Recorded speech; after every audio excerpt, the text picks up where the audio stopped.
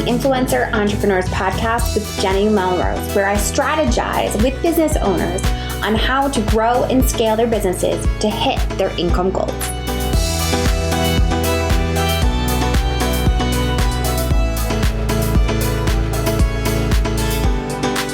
This is episode 321 of the Influencer Entrepreneurs Podcast with Jenny Melrose.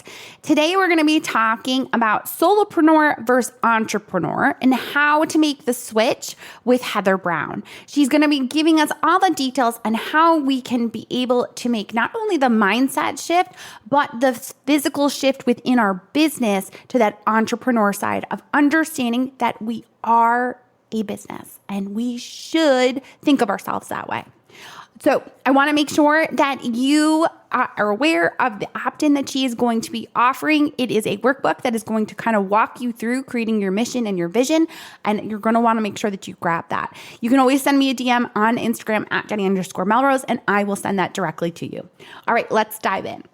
Hi, Heather. Welcome to the podcast. How are you? Hey, Jenny, I'm doing awesome. I had one of those mornings where I flew out the door late with my kids, but we still made it to school on time. So I'm feeling very accomplished.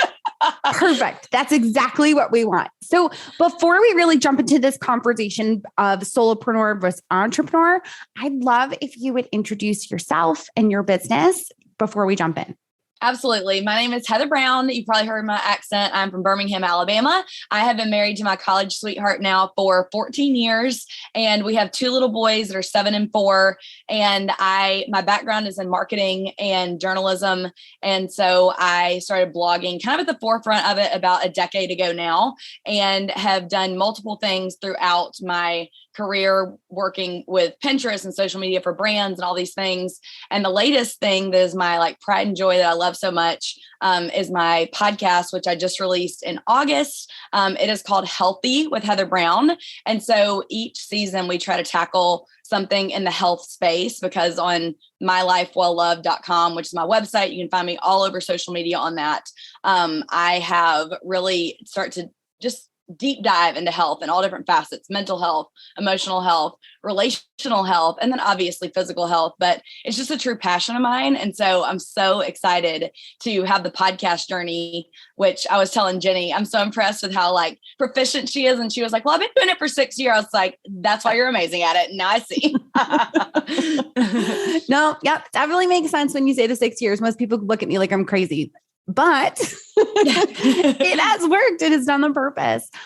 No, and I was excited too before we got on, we were chatting about how we actually met in person at Type A couple years ago.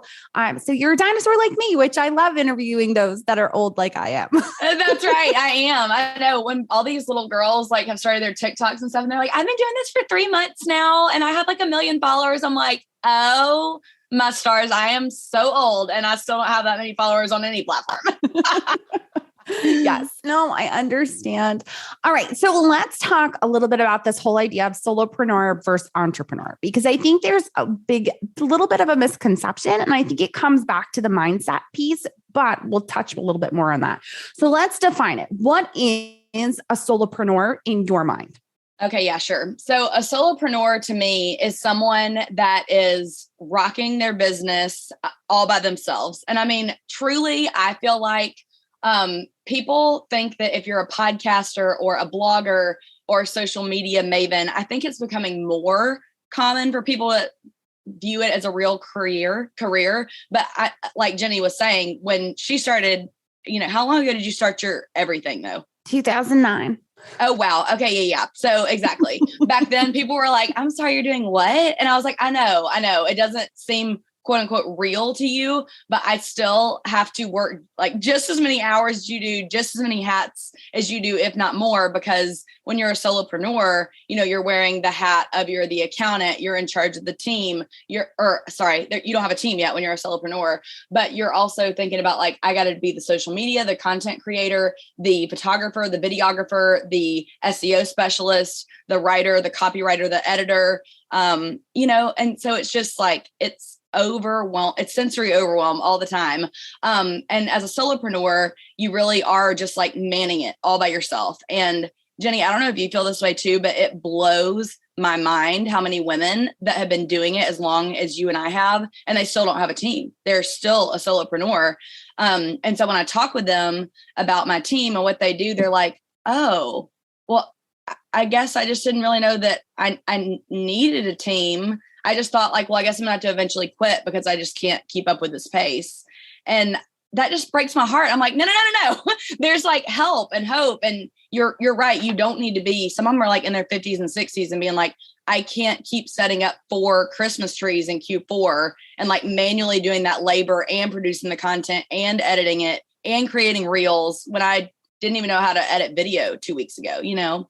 Yes. Oh my goodness. Yes. So now let's talk about the difference between solopreneur and entrepreneur. Yes, for sure. So a solopreneur in my mind, which Jenny, I would actually like to hear you expound on this a little bit too. But in my mind, a solopreneur is it's just you, you're working by yourself, you're in your silo, you're doing all the things, you're probably completely overwhelmed. You probably have too many balls falling off your plate that you can't keep up with juggling. And then an entrepreneur to me is someone that is like, okay, I realize that I have all these things that have fallen off my plate. There is too much going on. The umbrella has gotten so big that I cannot efficiently manage it anymore.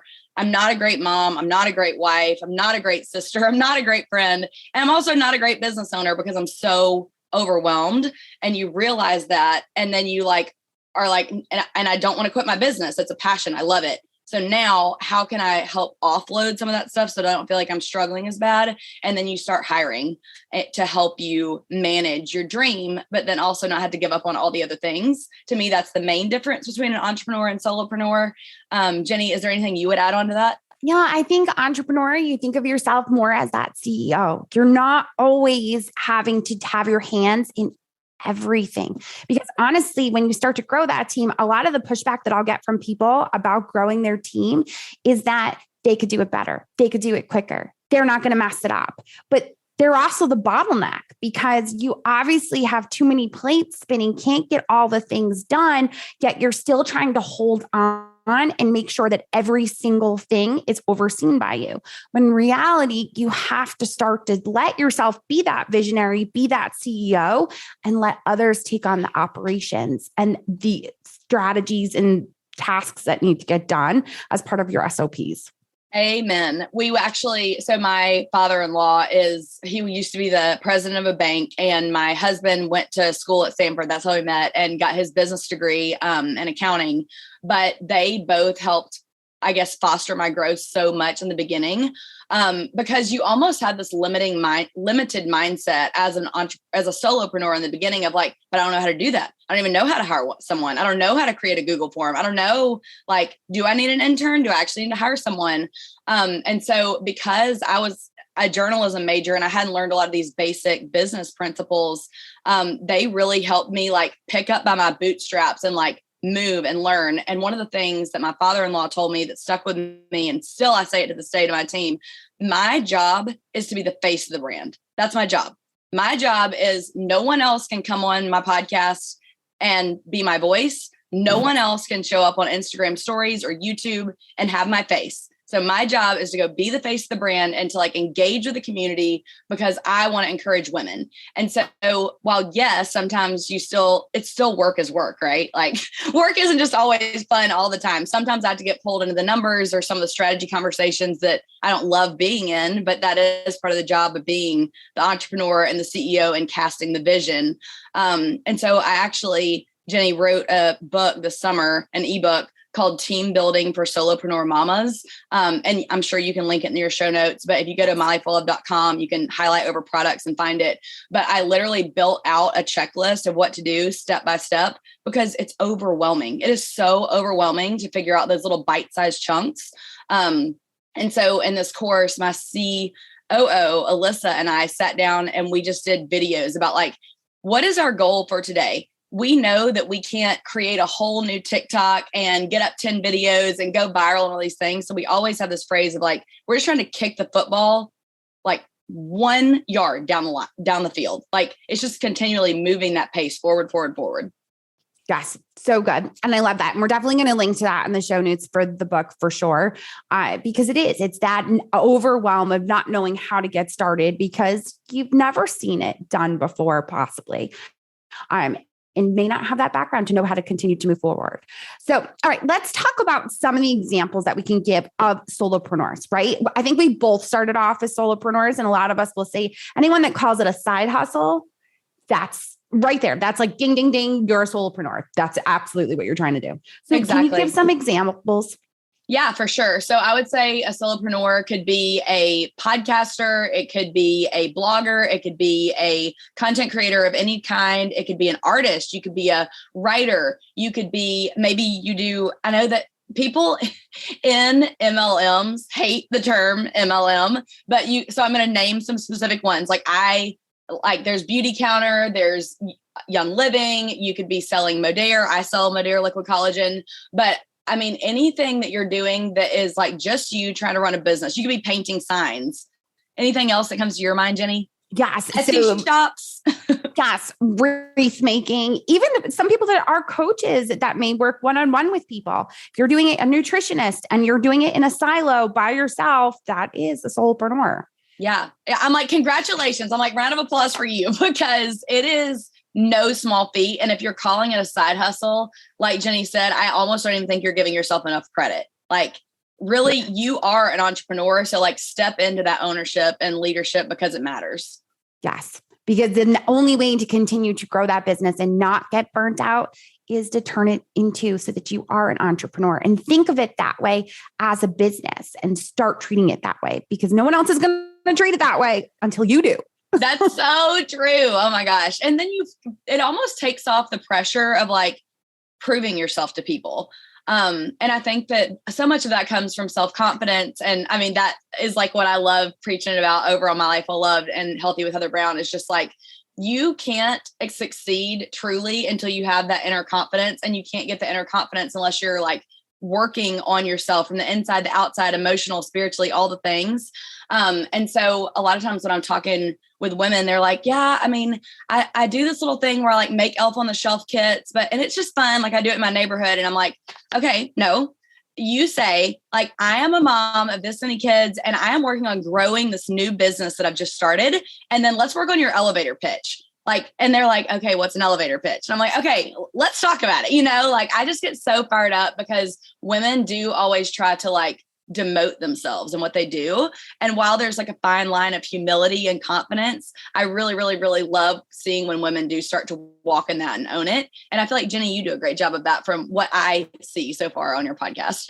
And it's part of what I preach. I hate the word just. My audience knows that. Don't ever say I just do anything, because you don't just do anything as a wife, as a mom, as a business owner. There is nothing that you just do. So being able to step into it and own it is just such a huge part of what we were able to then accomplish because of it. Amen. And I think that when you get a team and they start getting into your business, like they have to know that you have buy-in on your own business. You can't be like well, I know I need an intern because I just need someone to help me ship out the products that I'm making. It's like when they come in, you have to say we, like they have to know we as a business, which you are now part of, like you're really taking that ownership and empowering them, or else they're going to be like, well, I just do this internship for this mom that like kind of, like sells some stuff. I don't really know. She's like kind of scattered, you wouldn't want your intern to talk about you that way. So I almost feel like that first hire makes you level up, or at least it did for me. Yes. All right. So let's talk about, how do we make the switch from solopreneur to entrepreneur with a team? How do we do this? Yeah, great question. So for me, I started out with an intern because number one, I was like, they need the college course credit. Number two, and some of them do it just for the experience out of their resume. And also I was like, I just want to make sure from a financial standpoint that I feel rock solid before I start paying someone. So my very first step was that it's funny to me now, because my first process was I literally emailed Sanford and other local colleges in the area. And I just said, hey, I'm looking for an intern. Can you point me in the right direction of where to post that job posting? And so they did. And I got in with the department heads and they told me what form to fill out and we sent it out.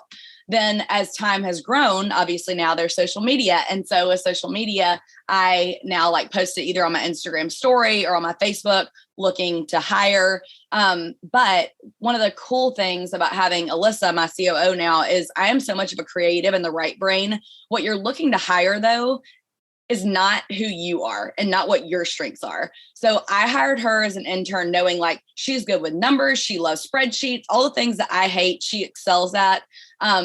Even on this episode, you'll hear me, I like get excited and I talk in circles and run on sentences. And she's very like, okay, Heather, let's rein in that run on paragraph for like 14 lines. It could be 2. So anyway, she took my brain's chaos and has created a Google form. And so now instead of just being like, we're looking to hire someone, I don't really know what I even need, I'm just looking for an intern.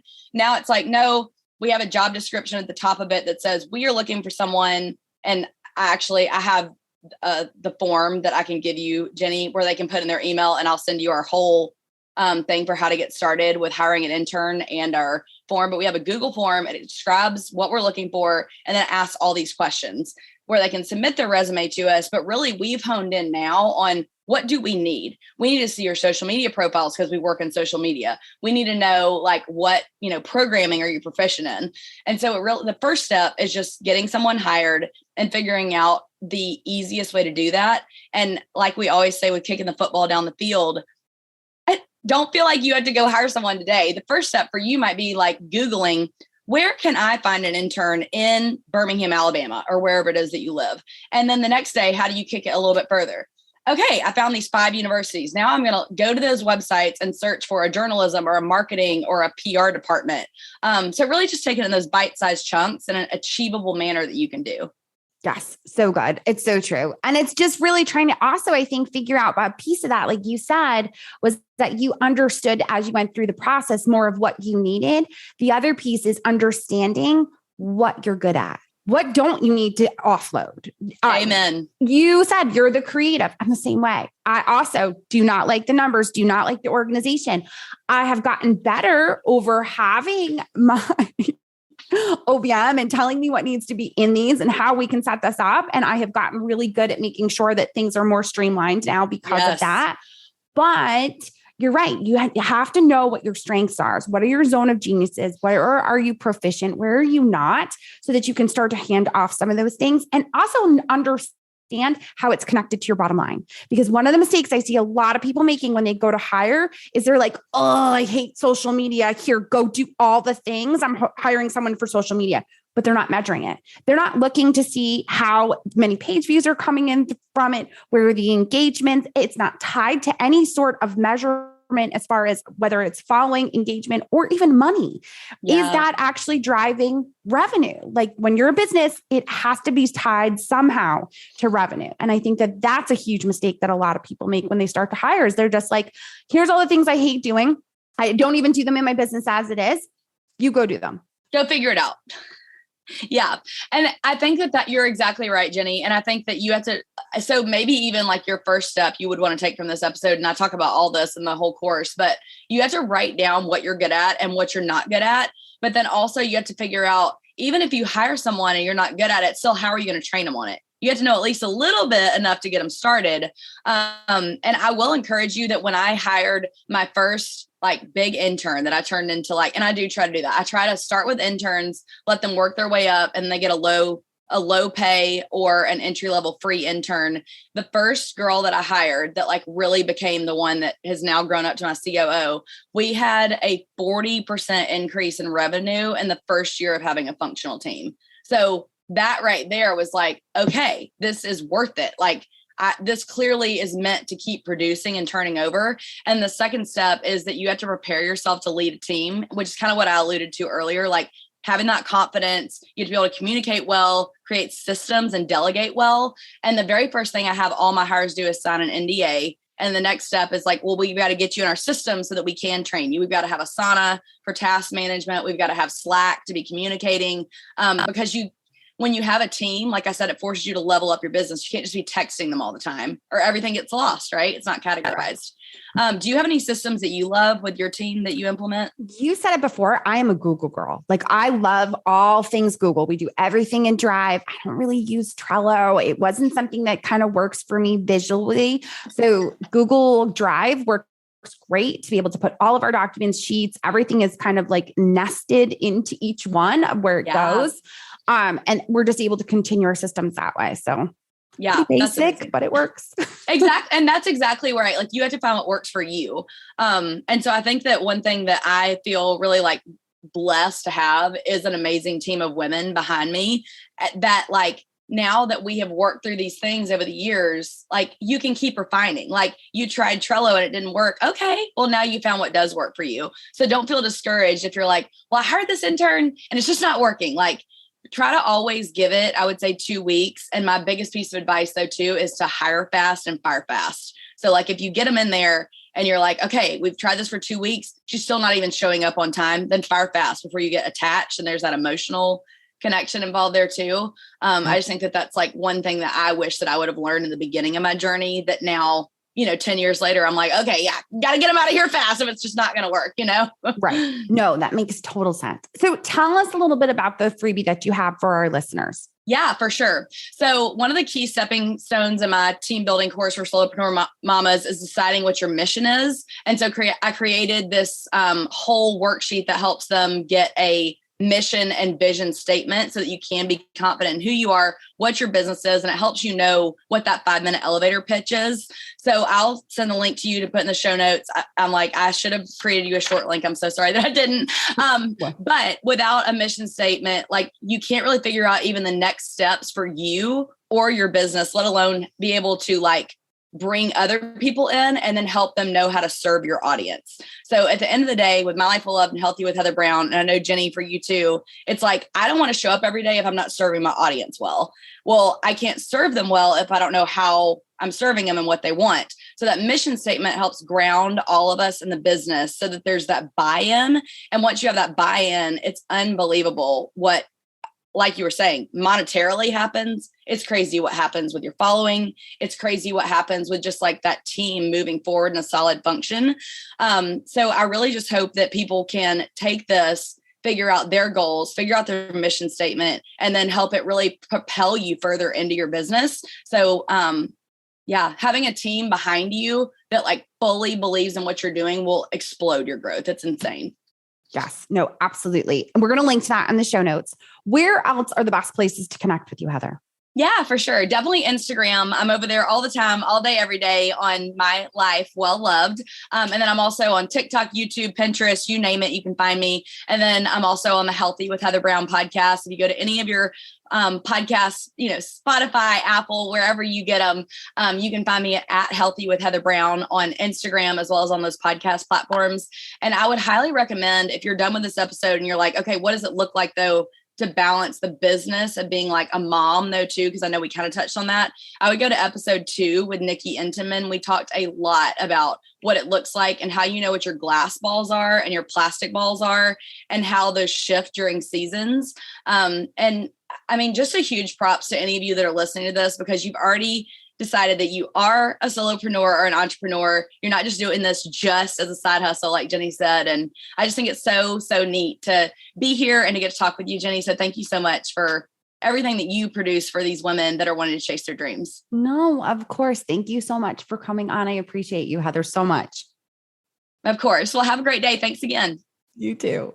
All right. Well, there you have it. Wasn't it fun to listen to 2 old dinosaurs talk about how their businesses have been able to build and what it has looked like going from solopreneur to entrepreneur? I know I call us dinosaurs, but come on. We've obviously been around quite some time when it comes to the online space and have seen a lot of different things change and grow. But one of the most important things that you can take away from this episode is the fact that once you get to a point where you can hire to be able to have that team to support you so that you can act as that entrepreneur in that CEO role, that is what is most important. I appreciate you guys so much for listening in. If you haven't already left a rating and review on your favorite podcasting app, I would so appreciate it if you did. And I will see you all next time.